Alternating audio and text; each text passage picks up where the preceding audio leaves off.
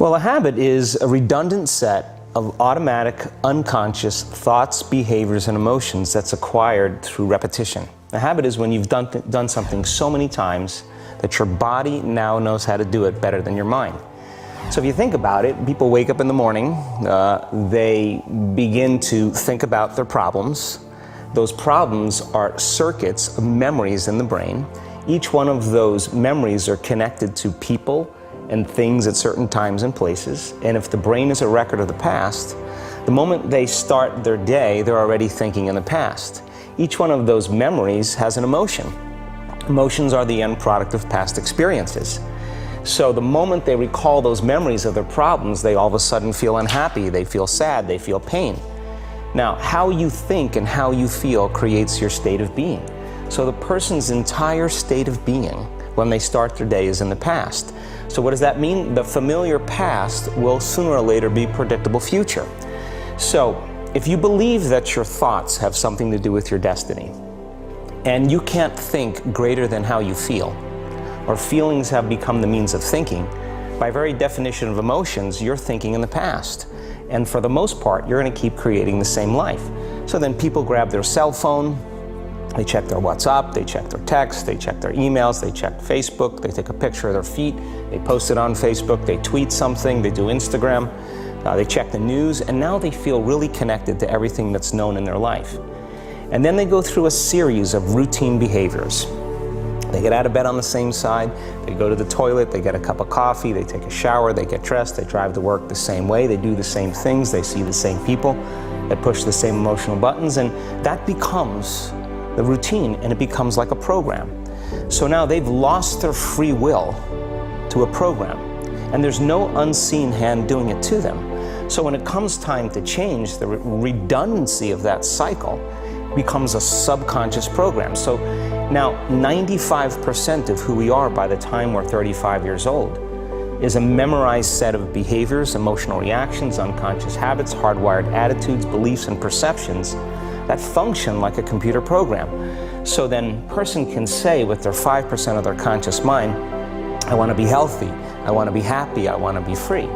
But the body's on a whole different program. So then how do you begin to make those changes? Well, you have to get beyond the analytical mind, because what separates the conscious mind from the subconscious mind is the analytical mind. And that's where meditation comes in, because you can teach people through practice how to change their brainwaves, slow them down. And when they do that properly, they do enter the operating system where they can begin to make some really important changes. So most people then wait for crisis or trauma or disease or diagnosis. They wait for loss, some tragedy to make up their mind to change. And my message is, why wait? And you can learn and change in a state of pain and suffering, or you can learn and change in a state of joy and inspiration. And I think right now, the cool thing is that people are waking up. That's really interesting, and where I found the deepest hooks into how powerful this can be for somebody is when you talk about trauma, and you've talked about how people experience a traumatic event, but they then basically rehearse it, and how that then has this knock-on effect. So what is that? Why do people find it so hard to get past trauma? The stronger the emotional reaction you have to some experience in your life, the higher the emotional quotient, the more you pay attention to the cause. And the moment the brain puts all of its attention on the cause, it takes a snapshot, and that's called a memory.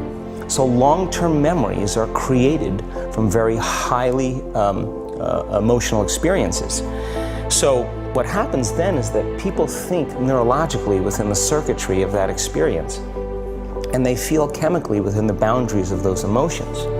And so when you have an emotional reaction to someone or something, most people think that they can't control their emotional reaction. Well, it turns out if you allow that emotional reaction, it's called a refractory period, to last for hours or days, that's called the mood. I say to someone, hey, well, what's up? You say, I'm in a mood. Well, why are you in a mood? Well, I had this thing happen to me 5 days ago, and I'm having one long emotional reaction. If you keep that same emotional reaction going on for weeks or months, that's called temperament. Why is he so bitter? I don't know, let's ask him. Why is he so bitter? Why are you bitter? Well, I had this thing happen to me 9 months ago. And if you keep that same emotional reaction going on for years on end, that's called a personality trait. And so learning how to shorten your refractory period of emotional reactions is really where the work starts. So then people, when they have an event, what they do is they keep recalling the event, because the emotions of stress hormones, the survival emotions, are saying pay attention to what happened because you want to be prepared if it happens again.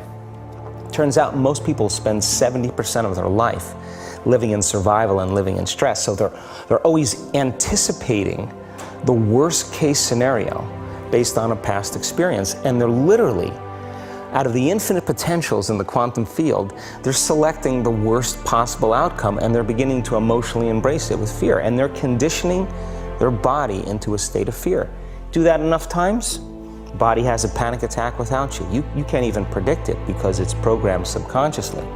So then you say to the person, why are you this way? And they'll say, I am this way because of this event that happened to me 15 or 20 years ago. And what that means from a biological standpoint is that they haven't been able to change since that event. So then the emotions from the experience tend to give the body and the brain a rush of energy. So people become addicted to the rush of those emotions, and they use the problems and conditions in their life to reaffirm their limitation, so at least they can feel something. So now when it comes time to change, you say to the person, why are you this way? Well, every time they recall the event, they're producing the same chemistry in their brain and body as if the event is occurring, firing and wiring the same circuits and sending the same emotional signature to the body. Well, what's the relevance behind that? Well, your body is the unconscious mind. It doesn't know the difference between the experience that's creating the emotion and the emotion that you're creating by thought alone. So the body's believing it's living in the same past experience 24 hours a day, 7 days a week, 365 days a year. And so then when those emotions influence certain thoughts, and they do, and then those thoughts create the same emotions, and those same emotions influence the same thoughts, now the entire person's state of being is in the past. So then the hardest part about change is not making the same choices you did the day before, period. And the moment you decide to make a different choice, get ready, because it's going to feel uncomfortable. The bigger thing is that we keep firing and wiring those circuits. They become more hardwired. So you have a thought and then the program runs. But it's the emotion that follows the thought. If you have a fearful thought, you're going to feel anxiety. The moment you feel anxiety, your brain's checking in with your body and saying, yeah, you're pretty anxious. So then you start thinking more corresponding thoughts equal to how you feel. Well, the redundancy of that cycle conditions the body to become the mind. So now, when it comes time to change, a person steps into that river of change and they make a different choice, and all of a sudden, they don't feel the same way.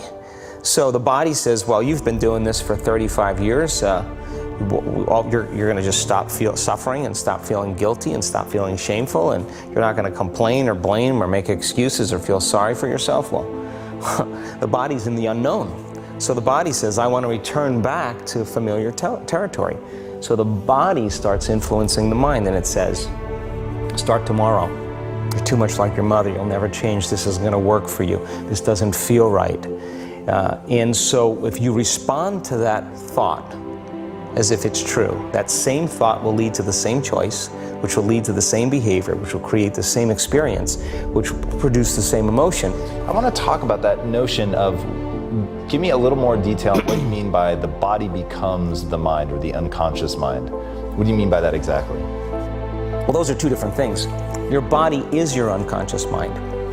In a sense, if you're sitting down and you start thinking about some future worst case scenario that you're conjuring up in your mind, and you begin to feel the emotion of that event, your body doesn't know the difference between the event that's taking place in your world, outer world, and what you're creating by emotion or thought alone. So most people then, they're constantly reaffirming their emotional states. So when it comes time to give up that emotion, they can say, I really want to do it, but really the body is stronger than the mind because it's been conditioned that way. So the servant now has become the master. And the person, all of a sudden, once they step into that unknown, they'd rather feel guilt and suffering because at least they can predict it. Being in the unknown is a scary place for most people because the unknown is uncertain. And when people say to me, well, I can't predict my future, I'm in the unknown, and I always say the best way to predict your future is to create it. Not from the known, but from the unknown. What thoughts do you want to fire and wire in your brain? What behaviors do you want to demonstrate in one day? The act of rehearsing them mentally, closing your eyes, and rehearsing the action. The rehearsing the reaction of what you want, or the action? The action of what you want. By closing your eyes and mentally rehearsing some action. If you're truly present, the brain does not know the difference between what you're imaging and what you're experiencing in 3D world. So then you begin to install the neurological hardware in your brain to look like the event has already occurred. Now, your brain is no longer a record of the past. Now it's a map to the future. And if you keep doing it, priming it that way, the hardware becomes a software program. And who knows, you just may start acting like a happy person.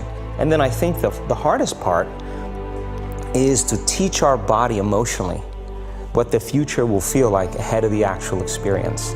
So what does that mean? You can't wait for your success to feel empowered. You can't wait for your wealth to feel abundant. You can't wait for your new relationship to feel love, or your healing to feel whole. I mean, that's the old model of reality, of cause and effect, waiting for something outside of us to change how we feel inside of us. And when we feel better inside of us, we pay attention to whoever or whatever caused it. But what that means then is that from the Newtonian world is that most people spend their whole life living in lack, waiting for something to change out there. What do you mean the Newtonian world? The Newtonian world is all about the predictable. It's all about predicting a future. But the quantum model of reality is about causing an effect. The moment you start feeling abundant and worthy, you are generating wealth. The moment you're empowered and feel it, you're beginning to step towards your success. The moment you start feeling whole, your healing begins. And when you love yourself and you love all of life, you'll create an equal. And now you're causing an effect. And I think that's the difference between living as a victim in your world, saying, I am this way because of this person or that thing or this experience. They made me think and feel this way. When you switch that around, you become a creator of your world, and you start saying, my thinking and my feeling is changing an outcome in my life. And now that's a whole different game, and we start believing more that we're creators of reality.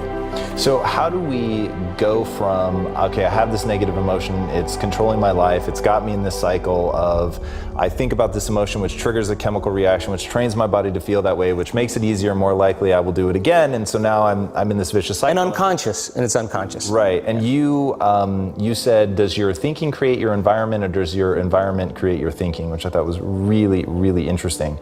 So how do we then go from that, like mechanistically, to begin this visualization process of something that's empowering? It's me in a different state, it's my future self. Is it meditation? Is it, what does that look like?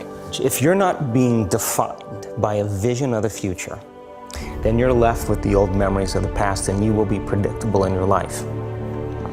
And if you wake up in the morning and you're not being defined by a vision of the future, as you see the same people and you go to the same places and you do the exact same thing at the exact same time, it's no longer that your personality is creating your personal reality. Now your personal reality is affecting or creating your personality. Your environment is really controlling how you think and feel unconsciously, because every person, everything, every place, every experience has a neurological network in your brain. Every experience that you have with every person produces an emotion. So some people will use their boss to reaffirm their addiction to judgment. They'll use their enemy to reaffirm their addiction to hatred. They'll use their friends to reaffirm their addiction to suffering. So now they need the outer world to feel something. So to change then is to be greater than your environment, to be greater than the conditions in your world. And the environment is that seductive.